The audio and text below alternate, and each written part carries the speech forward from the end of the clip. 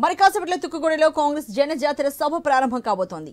సభకు ఏఐసీసీ అగ్రనేత రాహుల్ గాంధీ, ప్రధాన కార్యదర్శి కేసీ వేణుగోపాల్ హాజరు కాబోతున్నారు. సభకు పెద్ద ఎత్తున ఏర్పాట్లు చేశారు. సభా స్థలాన్ని పర్యవేక్షిస్తున్న ఎమ్మెల్సీ మహేష్ కుమార్ గౌడ్తో మా ప్రతినిధి సునీల్ ఫేస్ టు ఫేస్. బహిరంగ సభను తుక్కుగూడలో నిర్వహించబోతోంది. ఇదే వేదిక నుంచి లోక్సభ ఎన్నికలకు కూడా శంఖారావం పూరించబోతున్నారు. ఈ సభకు సంబంధించి పెద్ద ఎత్తున ఏర్పాట్లు చేశారు. ఏర్పాట్లను ఎమ్మెల్సీ మహేష్ కుమార్ ఎప్పటికప్పుడు పర్యవేక్షిస్తున్నారు. ఇప్పుడు ఆయన మనతో ఉన్నారు, ఆయనతో మాట్లాడదాం. చెప్పండి, ఈ సభకు ఎంతమంది చేసే అవకాశం? తుక్కుగూడకి కాంగ్రెస్ పార్టీకి ఒక ప్రత్యేక అనుబంధం ఉంది. 2023 సెప్టెంబర్ 15న సిడబ్ల్యూ సమావేశం ఏర్పాటు చేసుకొని ఇక్కడ నుండే మా అధినాయకురాలు సోనియా గాంధీ గారు 6 గ్యారెంటీ ప్రవేశపెట్టినారు. తద్వారా మేము అధికారంలోకి వచ్చాము. రేవంత్ రెడ్డి గారు ముఖ్యమంత్రి అయినారు. ఇవాళ అవన్నీ కూడా చిత్తశుద్ధి అమలు చేస్తూ ఉన్నాం. ప్రజలు సంతోషంగా ఉన్నారు. ప్రతిపక్ష నాయకులు అబద్ధాలు ప్రచారం చేసినప్పుడు కూడా ప్రజలు సంతోషంగా ఉన్నారు. అదే సంతోషాన్ని వ్యక్తం చేస్తూ వచ్చే పార్లమెంట్ ఎన్నికల్లో కూడా మెజారిటీ సీట్లు మాకు ఇవ్వబోతూ ఉన్నారు. అందులో కారణంగానే, ఆ సెంటిమెంట్ కారణంగానే మళ్ళీ తుక్కుగూడ నుంచి అలా పార్లమెంట్ యొక్క బహిరంగ సభ ఈ పెద్ద ఎత్తున ఇక్కడ పెట్టుకొని పార్లమెంట్ ప్రచారానికి నుంచి ప్రారంభించబోతా ఉన్నాం. 5 గ్యారెంటీలు ఏవైతే ఏఐసీసీ ప్రకటించబోతా ఉందో అవి తెలుగులో అనువదించి ఇలా ప్రజలకు ఇవ్వబోతా ఉన్నాం. ఆ 5 గ్యారెంటీలు కూడా తప్పకుండా పాటించి తప్పకుండా అమలు చేస్తాం. ఎవరెవరు రాబోతున్నారు? రాహుల్ గాంధీ గారు, కేసీ వేణుగోపాల్ గారు రాబోతూ ఉన్నారు. ముఖ్యమంత్రి గారు, ఉప ముఖ్యమంత్రి గారు, దీపాదాస్ మాన్స్తో గారు, మంత్రులందరూ పాల్గొంటా ఉన్నారు. ఎన్ని గంటలకి సభ ప్రారంభం? 5 గంటలకు సభ ప్రారంభం అవుతుంది. ఎన్ని గంటల క్లోజ్ అయ్యే కావచ్చు, లేకపోతే 2-2.5 గంటలు సమావేశం జరుగుద్ది. చాలా మంది సీనియర్లు మాట్లాడే అవకాశం ఉంటుంది.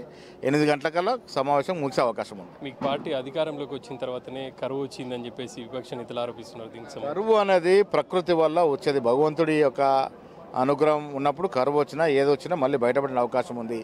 కరువు వచ్చింది. కరువుని ప్రభుత్వం ఏ విధంగా ఎదుర్కొంటున్నది ముఖ్యం. వీళ్ళు ఎంత కరువు వచ్చినా మీ ప్రభుత్వం ఉన్నప్పుడు కరువు మొదలైంది. ఇప్పుడు తీవ్ర రూపం దాల్చింది. అయినప్పుడు కూడా సమర్థంగా ఎదుర్కొంటా ఉన్నాం. ఎదుర్కొనడం అనేది ముఖ్యం. ఇప్పటి వరకు పంటలు ఎండిపోయిన వాటిని పరిశీలించలేదు, కనీసం కరువు పరిస్థితులను కూడా ప్రభుత్వం అంచనా వేయలేదని ఆరోపణలు తప్పుడు ప్రచారం చేస్తూ ఉన్నారు. కరువు మీద పూర్తి అంచనాలు ఉన్నాయి, పూర్తి అవగాహన ఉంది. ఎంత కరువు అయింది, ఎంత మేరకు ఆదుకోవాలా, ఏ రకంగా ఆదుకోవాలో అవన్నీ కూడా వివరచన చేస్తున్నాం. ప్రణాళిక సిద్ధంగా ఉంది. రాష్ట్రంలో ఇప్పటివరకు దాదాపుగా 200 మందికి పైగా రైతులు ఆత్మహత్యలు చనిపోయారని చెప్పేసి ఉంటున్నారు. దీనికి సంబంధించి ప్రచారం చేస్తూ ఉన్నారు.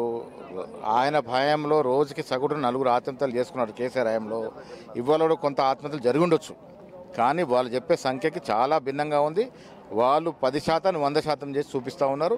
మా దగ్గర లెక్కలు ఉన్నాయి. అవన్నీ లెక్కలతో సహా మేము లెక్కలు ఇస్తాం ప్రజలకి. ఈ ఎన్నికల్లో కాంగ్రెస్ పార్టీ ఎన్ని సీట్లు గెలవబోతుంది? మెజారిటీ సీట్లు గెలవబోతా ఉంది. అన్నిటికన్నా గెలిచిన ఆశ్చర్యం లేదు. విపక్ష నేతలను, అంటే గతంలో సిట్టింగ్ ఎంపీలుగా ఉన్నటువంటి బీఆర్ఎస్ కావచ్చు, వాళ్ళని చేర్చుకొని టికెట్లు ఇచ్చారు. కాంగ్రెస్ పార్టీకి అభ్యర్థులకు కొరత కారణంగానే ఇటువంటి పరిస్థితి వచ్చిందంటున్నారు. దీనికి ప్రతి పార్టీకి కొన్ని సందర్భాల్లో కొన్ని వెసులుబాటు చేసుకునే అవసరం ఉంటుంది. ఇలా గెలిపే ధ్యేయంగా పోతాం. కూడా కొంతమంది బయటికి వెళ్ళి, అంటే మా పార్టీలో ఉండి బయటికి వెళ్ళి మళ్ళీ వెనక్కి వచ్చిన వాళ్ళకి అవకాశం ఇచ్చాం. అక్కడ గెలిచే అవకాశం ఉంది కాబట్టి సర్వేలో కాదనగా వారు సీట్లు ఇచ్చాం. డెఫినెట్గా గెలిచి తీరుతాం. సీఎం రేవంత్ రెడ్డి ఒక్కరే ఆయన వర్గానికి సంబంధించి ఎక్కువ టికెట్లు, ముఖ్యంగా చేవేళ్ళకి సంబంధించి మొదట సునీతా రెడ్డిని ప్రచారం అన్నారు, ఆ తర్వాత రంజిత్ రెడ్డి. దీనికి సంబంధించి ఎట్లా? రేవంత్ రెడ్డి గారితో పాటు రాష్ట్రానికి చెందినటువంటి సీనియర్ నాయకులందరూ, ఏఐసీసీ నాయకులు కూడా అందరూ కూర్చొని ఒక అవగాహనకు వచ్చిన తర్వాతనే సీట్లపై నిర్ణయం జరిగింది. కాంగ్రెస్ పార్టీపై విపక్ష నేతలు చేస్తున్న ఆరోపణలన్నీ కొట్టిపడేస్తున్నారు మహేష్ గౌడ్. అంతేకాకుండా ఈ ఎన్నికల్లో తాము మెజార్టీ సీట్లు కైవసం చేసుకోబోతున్నామని కూడా ఆయన చెప్తున్నారు. Over to studio.